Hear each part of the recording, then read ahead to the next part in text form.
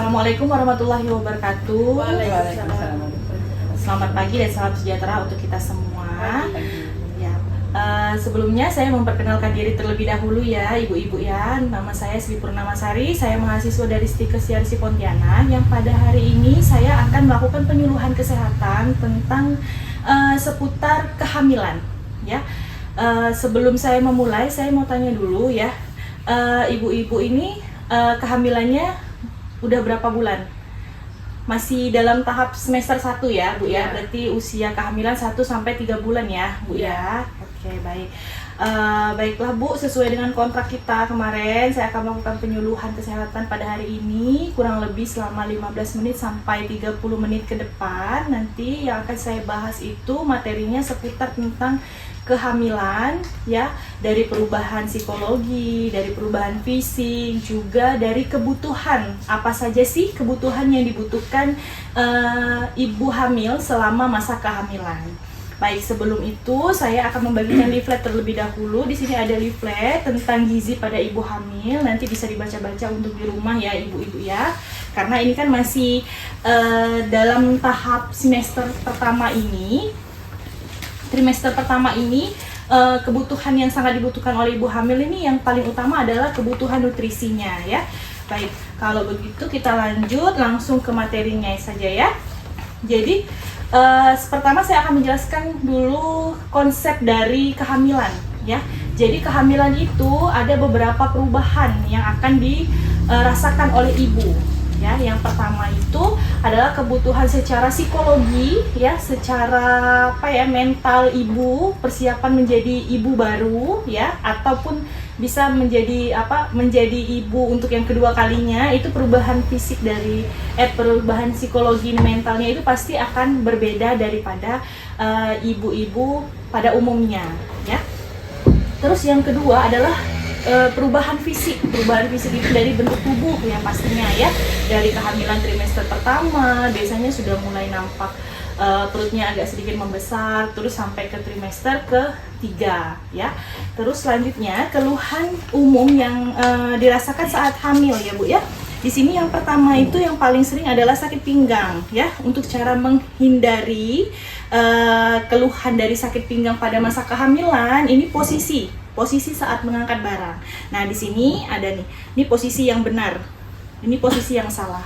Ya, posisi yang benar adalah kita saat mengambil barang di bawah, posisi kita juga harus menunduk ke bawah. Pinggang harus lurus saat mengangkat barang. Tapi posisi yang salah ini seperti kita nungging gitu ya.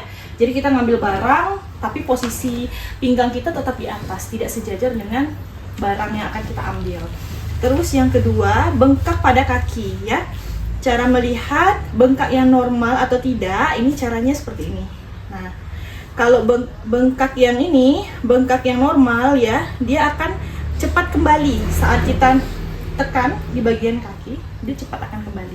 Tapi kalau yang tidak normal itu dia akan lama kembalinya, posisi kulitnya ya. Terus caranya untuk menghindari bengkak pada kaki ini dengan cara saat kita baring, kita harus memberi bantalan di bawah kaki. Itu agar peredaran darah di tubuh kita, gitu kan, peredaran cairan di dalam tubuh kita itu lebih optimal. Jadi tidak menimbulkan penumpukan pada cairan di kaki, karena pada masa ibu hamil itu paling sering itu adalah bengkak pada kaki ya, Ibu ya. Oke. Pelayanan kesehatan bagi ibu hamil ya.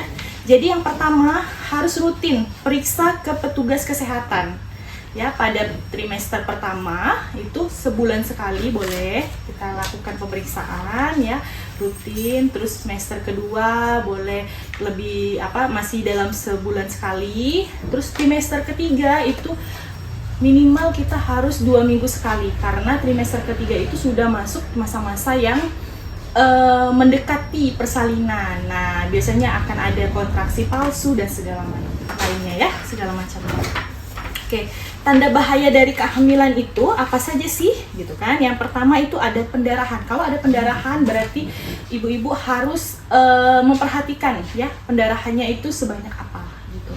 Dan secepatnya untuk melaporkan ke petugas kesehatan terdekat ya. Kalau memang tidak ada puskesmas di dekat situ, ya mungkin ada bidan desa, ya, petugas desa, Pustupolindes, ataupun bidan praktek, ya. Yang kedua, bengkak di kaki, tangan, wajah, atau sakit kepala disertai dengan kejang. Nah, itu adalah tanda-tanda bahaya tuh, gitu ya. Jadi kalau demam tinggi beserta kejang, nah itu bahaya. Itu akan membahayakan janin biasanya, ya. Jadi itu adalah tanda bahaya. Terus yang kedua itu ada demam tinggi tadi ya, sama ya, sakit kepala, kejang, demam tinggi. Terus juga keluar air ketuban sebelum waktunya. Nah, belum waktunya melahirkan tapi sudah ada rembesan keluar air ketuban. Nah, itu biasa kita sebut dengan ketuban pecah dini. Nah, itu membahayakan juga karena bayinya itu nanti akan cairan di dalam rahim, di dalam kantong bayi itu akan berkurang dan itu akan membahayakan janin. Janin akan susah untuk mendapatkan nutrisi, ya, susah mendapatkan nutrisi. Terus juga janin juga tidak bisa bernafas di dalam, ya, karena kan itu semua dari air ketuban dibantu. Terus bayi dalam kandungan gerakannya berkurang atau tidak bergerak sama sekali. Nah, itu harus juga jadi perhatian kita, ya. Kalau misalnya gerak, kira-kira kan gerak bayinya, kalau udah ini biasanya sih di trimester kedua dengan trimester ketiga. Jadi gerak janin yang biasanya kurang aktif gitu tuh, nah itu bisa jadi tanda-tanda bahaya juga, ya. Jadi itu untuk menjadi perhatian kita. Terus muntah secara terus-menerus dan tidak mau makan. Nah, ini yang akan mempengaruhi keberat janin nantinya, ya. Kalau misalnya ibunya muntah tapi tidak mau makan, nah jadi bisa kekurangan nutrisi, juga kekurangan cairan di dalam tubuh. Oke, kebutuhan apa saja sih? Nah, selanjutnya kebutuhan apa saja sih yang dibutuhkan ibu selama hamil, ya? Yang pertama adalah kebutuhan nutrisi. Ya, yang nutrisi ini adalah yang harus kita perhatikan selama kehamilan. Ibu itu harus ada tambahan asupan makanan untuk pertumbuhan janin dan pertahanan dirinya sendiri. Jadi ini yang kalau kita waktu sebelum hamil itu hanya untuk tubuh kita sendiri, tapi kalau selama hamil ini dua nyawa, ya, dua yang harus kita perhatikan nutrisinya. Yang pertama adalah jenis-jenis makanannya, ya, makanan pokok, makanan pembangun, makanan pelengkap, ya, makanan penunjang itu harus terpenuhi. Ya, makanan pokok dari karbohidrat untuk sebagai sumber energi. Terus makanan pembangun itu protein. Protein itu kalau karbohidrat kan kita dapatnya dari nasi, ya.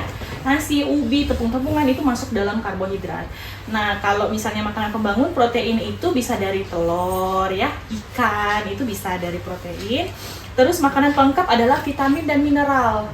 Mineral itu air. Kalau vitamin, itulah vitamin yang diberikan setiap bulannya oleh bidan. Biasanya kalau kita periksa di puskesmas, bidan, dokter itu kan biasanya dikasih vitamin tuh. Nah, harus rutin diminum karena itu sebagai pelengkap di tubuh kita, ya, nutrisi di tubuh kita. Terus makanan penunjangnya itu adalah lemak. Nah, lemak ini kebutuhannya tidak boleh berlebihan juga, ya, karena nanti akan pengaruh juga ke bayinya gitu, ya. Tapi itu harus tetap sebagai makanan penunjang, ya. Terus tambahan gizi yang diperlukan ibu hamil. Protein itu ada sekitar 6 gram per hari menjadi 10 gram per hari. Nah, kebutuhan tubuh kita saat tidak hamil itu sebesar 6 gram per hari. Tapi saat hamil itu hampir 2 kali lipat, jadi naik 4 gram. Jadi menjadi 10 gram per hari. Terus untuk energi atau kalori yang dapat diperoleh dari karbohidrat dan lemak, vitamin sebagai pengatur dan pelindung bagi imun di tubuh kita, ya. Terus penambahan lainnya itu adalah zat besi. Zat besi ini untuk mencegah anemia karena terjadi sehingga tidak terjadi berat badan bayi lahir rendah biasanya, ya. Jadi berat badan bayi itu biasanya ada yang kecil lahirnya karena itu kekurangan zat besi. Zat besi itu kita dapatkan dari mana? Itu tablet tambah darah yang biasa diberikan tiap bulannya yang kita harus minum tiap hari. Nah, memang tablet tambah darah ini kan kalau diminum tuh untuk orang yang normal aja, maksudnya orang yang tidak hamil saja itu mual biasanya, makanya diminumnya di malam hari kan. Nah, apalagi ibu hamil gitu, ya. Ibu hamil itu kan udah mual, pasti tambah mual minumnya, tapi itulah memang yang bagus gitu. Makanya diminumnya di malam hari agar setidaknya itu mualnya itu agak berkurang karena kita habis itu tidur gitu kan. Tapi itu bagus sekali dan harus tetap diminum selama masa kehamilan ya. Terus kalsium itu biasanya dikasih kalak, obat kalak itu karena apa? Ibu kita aja nih yang tidak hamil gitu kan, menompang badan kita aja kan membutuhkan kalsium gitu ya di tulang kita, apalagi ibu hamil karena yang dibawa dua kan, badan sendiri sama janinnya. Oke. Terus yang selanjutnya yodium ini untuk mencegah pembesaran kelenjar gondok pada ibu, perkembangan lambat sehingga akan terjadi retardasi mental atau bayi cebol. Nah seperti kayak ini stunting. Nah yang kita sebut nih sekarang nih yang lagi banyak nih stunting. Nah yodium ini untuk pencegahan stunting. Yodium ini bisa dari garam seperti itu ya, kan banyak tuh yodium mengandung garam yang mengandung yodium. Nah lebih nanti bisa diperhatikan lagi gitu untuk pemberian yodiumnya. Terus untuk yang kedua, kebutuhan pada ibu hamil yaitu adalah istirahat yang cukup ya. Kegunaan istirahat ini kan untuk melepaskan lelah, terus memberikan kesempatan pada tubuh untuk membentuk kegiatan baru. Jadi karena kan kadang ibu hamil itu lebih cepat merasa lelah dibandingkan ibu lainnya, ibu yang tidak hamil gitu ya. Terus menambah kesegaran untuk melakukan pekerjaan selanjutnya ya. Terus selanjutnya kebutuhan yang dibutuhkan ibu hamil adalah kebutuhan pakaian. Kebutuhan pakaiannya itu apa sih yang ibu hamil gunakan gitu agar nyaman gitu kan. Yang pertama yaitu pakaian yang nyaman, pakaian yang sebaiknya tidak ada penekanan. Jadi pakaian yang agak longgar ya Bu ya. Jadi tidak boleh terlalu yang ketat gitu ya, atau celana misalnya kan karena ibu hamil kan tekanannya di perut tuh. Nah celana jangan pakai celana jeans, mungkin celana kain yang untuk khusus ibu hamil gitu yang ada karetnya, jadi sehingga nyaman untuk ibunya gitu ya. Ibu dan bayi yang pasti yang longgar, terus tidak terlalu tebal karena ibu hamil itu sering merasakan kepanasan biasanya. Nah jadi pakailah pakaian yang tidak terlalu tebal, jadi biar nyaman gitu ya. Terus menarik, biar enak dipandang, terus juga menyerap keringat tadi karena sering kepanasan kan, jadi harus pakaian yang menyerap keringat. Terus untuk kebutuhan selanjutnya adalah kebutuhan imunisasi. Nah imunisasi ini adalah imunisasi tetanus untuk pencegahan penyakit tetanus ya pada ibu hamil. Kenapa? Ya jadi tetanus itu kan biasanya kita dapatkan pada ini ya, kata orang kalau orang umum taunya tetanus itu dapatnya dari ini aja kan, kena paku berkarat gitu kan bisa kena tetanus. Nah bukan hanya itu ya ibu-ibu ya, jadi nanti saat melahirkan ibu hamil kadang kan ada yang digunting ya bahasanya ya, kalau kami menyebutnya episiotomi ya, di epis gitu. Nah barang-barang yang digunakan ini kan adalah barang-barang yang mengandung aluminium atau besi.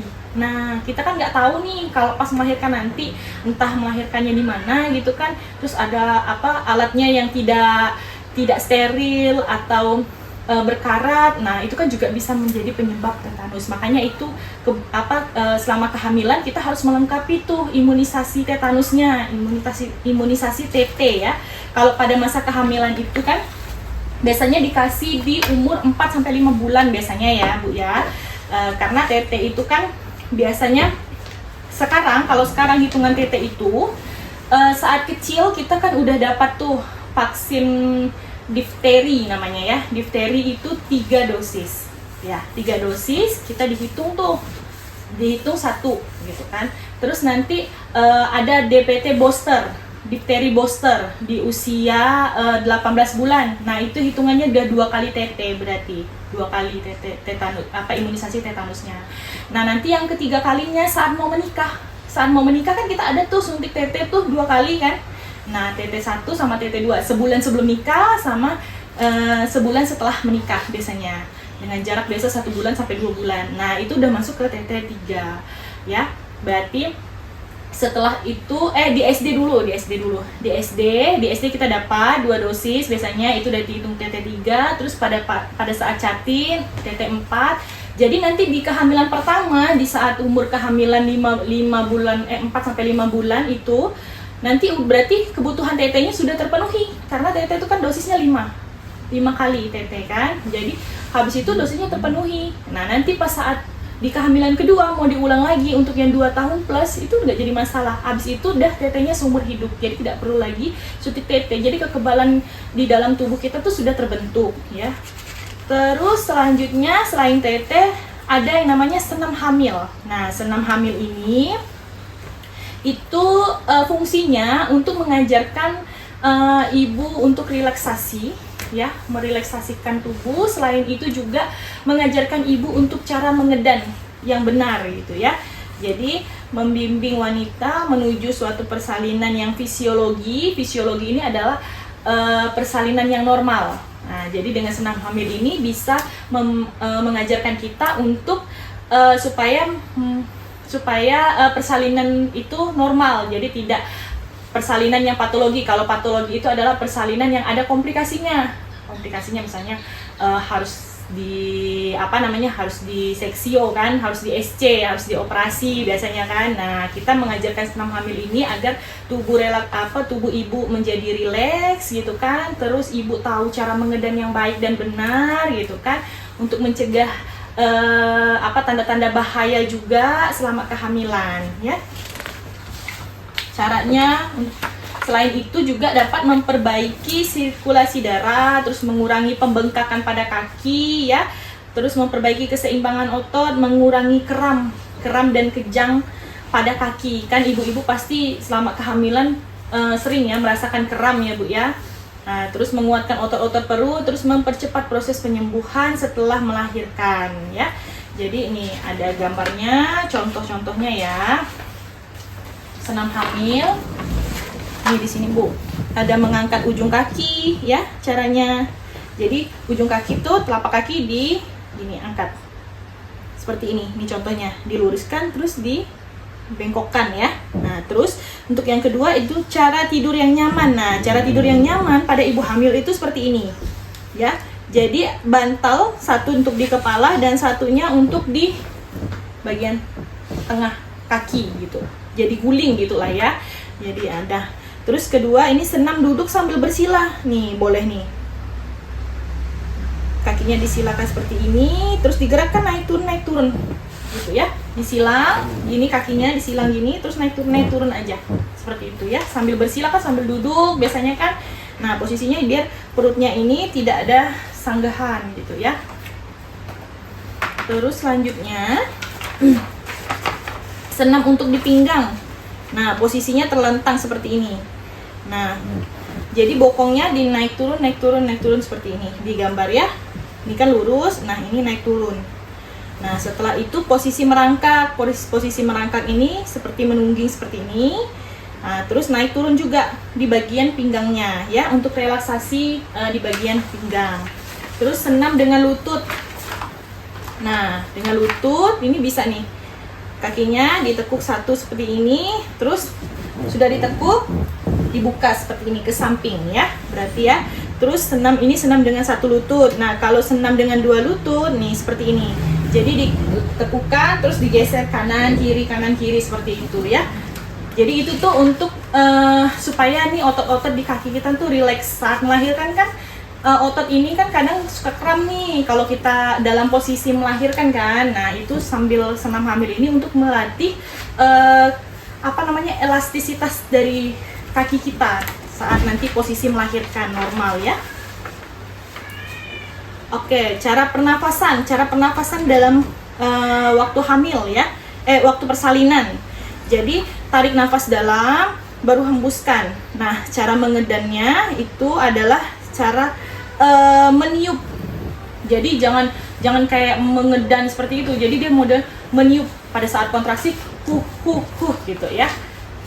Nah, jadi yang mengedan itu seperti saat mau buang air besar. Nah, salah biasanya kebanyakan yang ibu hamil itu waktu saat persalinan itu salahnya adalah menerannya itu lewat leher.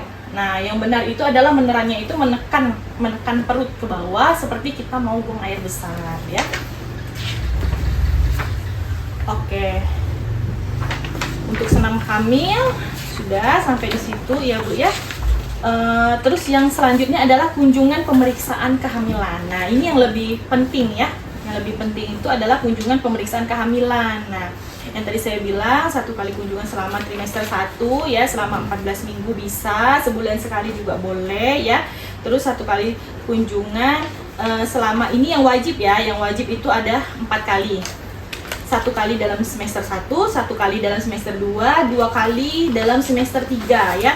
Tapi yang lebih bagusnya adalah trimester 1 dan 2 ini setiap bulannya harus wajib kontrol. Terus yang di semester ketiganya diusahakan untuk 2 minggu sekali datang kontrolnya ya. Nah, itu untuk kunjungan kehamilan ya. Terus juga ada yang terakhir, saya menjelaskan ini perencanaan persalinan dan pencegahan komplikasi atau kita biasanya kenal dengan P4K. Nah, biasanya nih pada di rumah-rumah yang ada ibu hamil nih apa sih ada tempelan tuh P4K tulisannya kan? Nah, itu tuh menandakan bahwa di dalam rumah itu ada ibu hamil.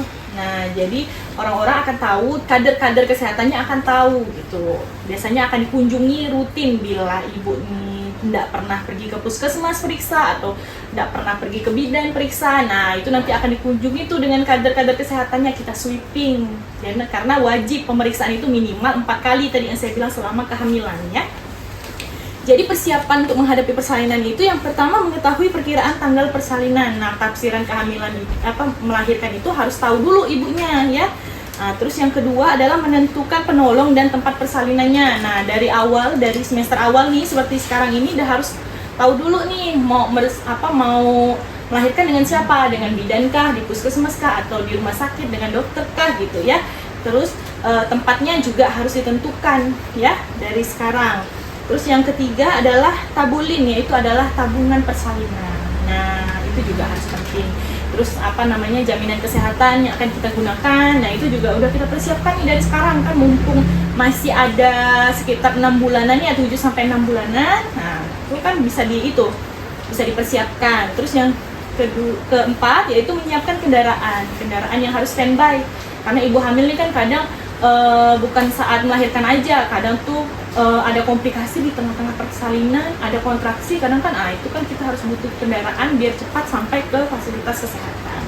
Terus yang kelima yaitu calon donor darah. Nah, ini harus dipikirkan juga, kan biasanya udah tahu kan golongan darahnya apa gitu. Nah, mungkin ada keluarga, nah itu yang harus kita persiapkan dulu karena kita memikirkan dampak-dampak negatifnya dulu nih. Nah, kemungkinan yang terburuknya dulu yang kita pikirkan kalau kita butuh donor darah. Jadi kita tidak perlu bercari lagi karena kadang ibu hamil ini kan harusnya segera gitu penanganannya. Terus yang keenam adalah menyiapkan kebutuhan persalinan. Dan kebutuhan persalinannya ada pakaian ya, terus ada catatan selama kehamilan ya, pakaian bayi dan segala macam. Nah, ini biasa sih dipersiapkan masuk dalam trimester ketiga biasanya ya, persiapan untuk barang-barang persalinan. Oke. Mungkin cuma itu yang saya dapat sampaikan tadi ya. Tadi dari kebutuhan bisa diingat ya, berarti ya ibu-ibu ya, kebutuhan yang dibutuhkan selama kehamilan itu tadi ada 6 ya kan. Dan 6 yang pertama adalah kebutuhan nutrisi, kebutuhan pakaian, terus kebutuhan istirahat ya, terus ada senam hamil ya tadi ya, ada imunisasi. Terus yang terakhir adalah jadwal dari pemeriksaan yang harus diketahui nih sama ibu hamil nih, 6 poin ini yang pentingnya ya. Nah, mungkin setelah tadi saya menjelaskan apa tadi 6 kebutuhan dari ibu selama kehamilan, mungkin ada yang mau ditanyakan, boleh, atau misalnya pengalaman selama kehamilan, keluhan-keluhan yang dirasakan, boleh yang mau ditanyakan dengan saya. Mungkin ada pertanyaan yang belum jelas, mungkin yang saya jelaskan tadi, selamat saya jelaskan. Ada pertanyaan Bu, silahkan Bu. Silahkan Bu. Nggak ada ya.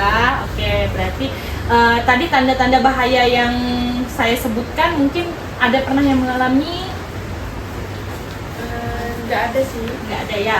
Oke, kalau misalnya nih ibu-ibu nih yang saya suruh tanya nggak ada yang mau nanya saya, berarti kan udah paham nih dengan apa yang saya jelaskan. Nah, mungkin saya yang kembali nanya nih ya. Nah, mungkin bisa salah satu dari ibu menjelaskan tadi, menyebutkan tadi tuh 6 poin kebutuhan selama kehamilan itu apa aja. Nah, mungkin siapa ibu? Ibu mungkin Bu, silakan Bu, tadi Bu 6 poin dari apa Bu aja Bu? Kebutuhannya? Kebutuhannya pertama pada semester pertama Kebutuhan apa yang tadi kita butuhkan? Makanan. Makanan ya, nutrisi ya Bu ya. Nutrisi. Terus yang kedua kebutuhan apa Bu?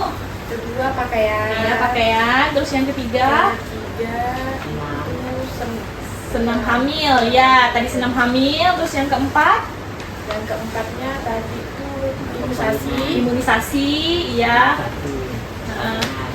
Jadwal ya tadi ya Bu ya, jadwal jadwal pemeriksaan maksudnya. Pemeriksaan. Terus satunya lagi, ayo yang ketinggalan. Ini yang harus penting banget nih untuk ibu hamil, karena ibu hamil akan selalu merasakan pas selama kehamilan. Yang paling sering dirasakan, selain kalau mual muntah kan nutrisinya tuh. Ya. Nah kalau sering mengantuk, ibu hamil butuh istirahat. Iya benar sekali. Oke. Jadi ibu-ibu kan udah paham nih tadi nih ya. Pokoknya 6 itulah yang penting diperhatikan selama masa kehamilan. Nah tadi udah saya tanya juga, udah bisa menyebutkan, berarti sudah mengerti apa yang tadi saya jelaskan dan nanti bisa diterapkan nih selama kehamilan. Ini kan masih trimester pertama nih. Nah, ada leaflet yang saya bagikan itu, di sini kan ada nih tentang gizi pada ibu hamil. Nah, bisa dilihat-lihat tuh, dibaca-baca nih, apa aja yang diperlukan, terus makanan apa aja nih, yang maksudnya yang dari sumber yang jadi tenaga tuh apa-apa gitu, yang jadi zat pembangun tuh dalam tubuh kita apa, zat pengaturnya tuh apa. Nah, bisa diperhatikan ya, bisa dibaca juga. Di situ tips juga menjaga ibu hamil dan janin supaya sehat dan cerdas. Nah itu ada untuk pencegahan stunting. Di situ sudah ada saya rangkum, bisa dibaca-baca di rumah dan diterapkan untuk kebutuhan nutrisinya ya ibu-ibu ya. Oke, kalau begitu terima kasih atas perhatiannya ya ibu-ibu ya. Tidak ada yang mau ditanyakan lagi ya Bu ya. Terima kasih atas waktunya yang sudah diluangkan untuk saya untuk memberikan edukasi, berbagi ilmu, sama-sama kita sama-sama belajar ya ibu-ibu ya. Tidak ada yang menggurui di sini, kita hanya berbagi ilmu. Mudah-mudahan ilmu yang saya sampaikan, yang saya share, yang saya bagikan ke ibu-ibu ini bermanfaat untuk ibu-ibu ke depannya. Bukan hanya di kehamilan yang sekarang, mungkin nanti di kehamilan selanjutnya, atau mungkin nanti ibu-ibu yang akan menyampaikan ke keluarganya, sanak keluarganya yang mungkin juga mengalami kehamilan ya. Jadi biar pahala kita juga nambah ya ibu-ibu ya. Oke. Akhir kata mungkin wabillahi taufiq wal hidayah. Wassalamualaikum warahmatullahi wabarakatuh. Oke, terima kasih ya Bu. Ibu, terima kasih banyak Bu waktunya Bu.